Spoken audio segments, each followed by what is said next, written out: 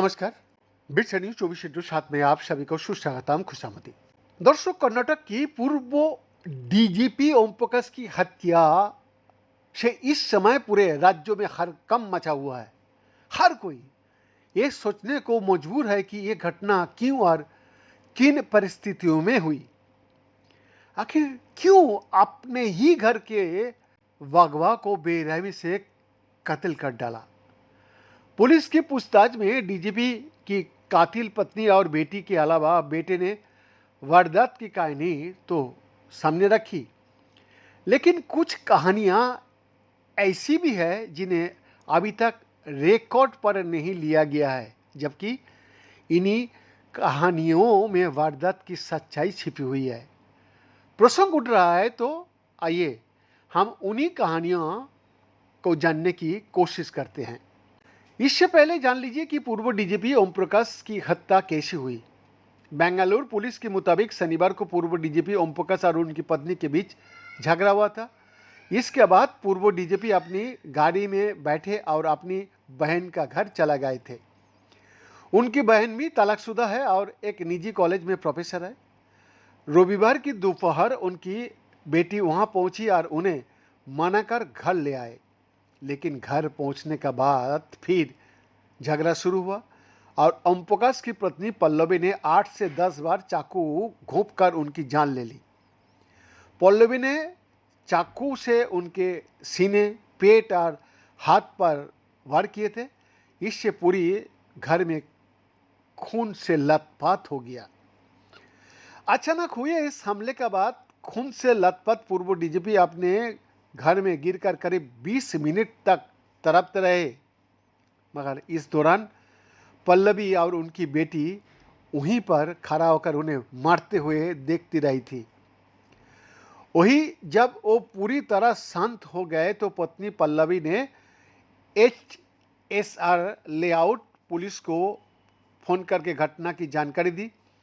इससे पहले पल्लवी ने एक अन्य पूर्व डीजीपी की पत्नी को वीडियो कॉल करके कहा उसने मॉन्स्टर को हमेशा हमेशा के लिए खत्म कर दिया।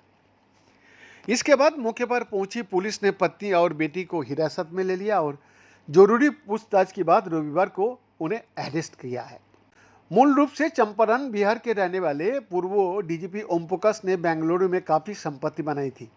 डीजीपी रहते हुए ही उन्होंने काली नदी के किनारे 3 एकड़ से अधिक जमीन खरीदकर भव्य फार्म हाउस बनाया था। इसके अलावा भी कई अन्य संपत्तियां उन्होंने पत्नी और बेटी का नाम बनाई थी। ऐसे में सवाल ये उठता है कि आखिर ऐसा क्या नौबत आई जिसमें उनके अपने ही दुश्मन बन गया वो लोग। इसका जवाब उनकी पत्नी पल्लवी ने IPS फैमिली व्हाट्सएप ग्रुप में दिया है।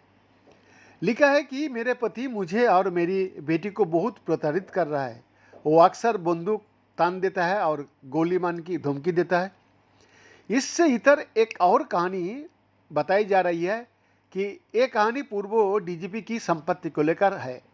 बताया जा रहा है कि पूर्व डीजीपी का एक फार्म डंडेरी में है और वो इस फार्म को अपनी बहन का नाम कर दिए थे। इसके बाद से उनके घर में खटपट शुरू हो गया था। इसके अलावा पूर्व डीजीपी के पास बेंगलुरु में 2 मकान हैं। इसमें एक फ्लैट कावेरी जंक्शन स्थित प्रेस्टीज अपार्टमेंट है जहां उनका कत्ल हुआ है।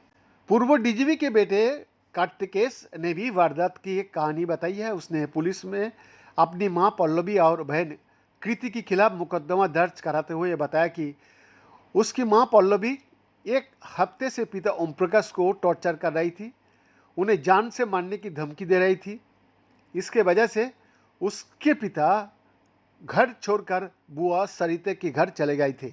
बाद में उसकी बहन कृति वहां पहुंची और उन्हें मनाकर घर ले आए। बहन का एक exclusive report, bits news 24/7 Ranchi.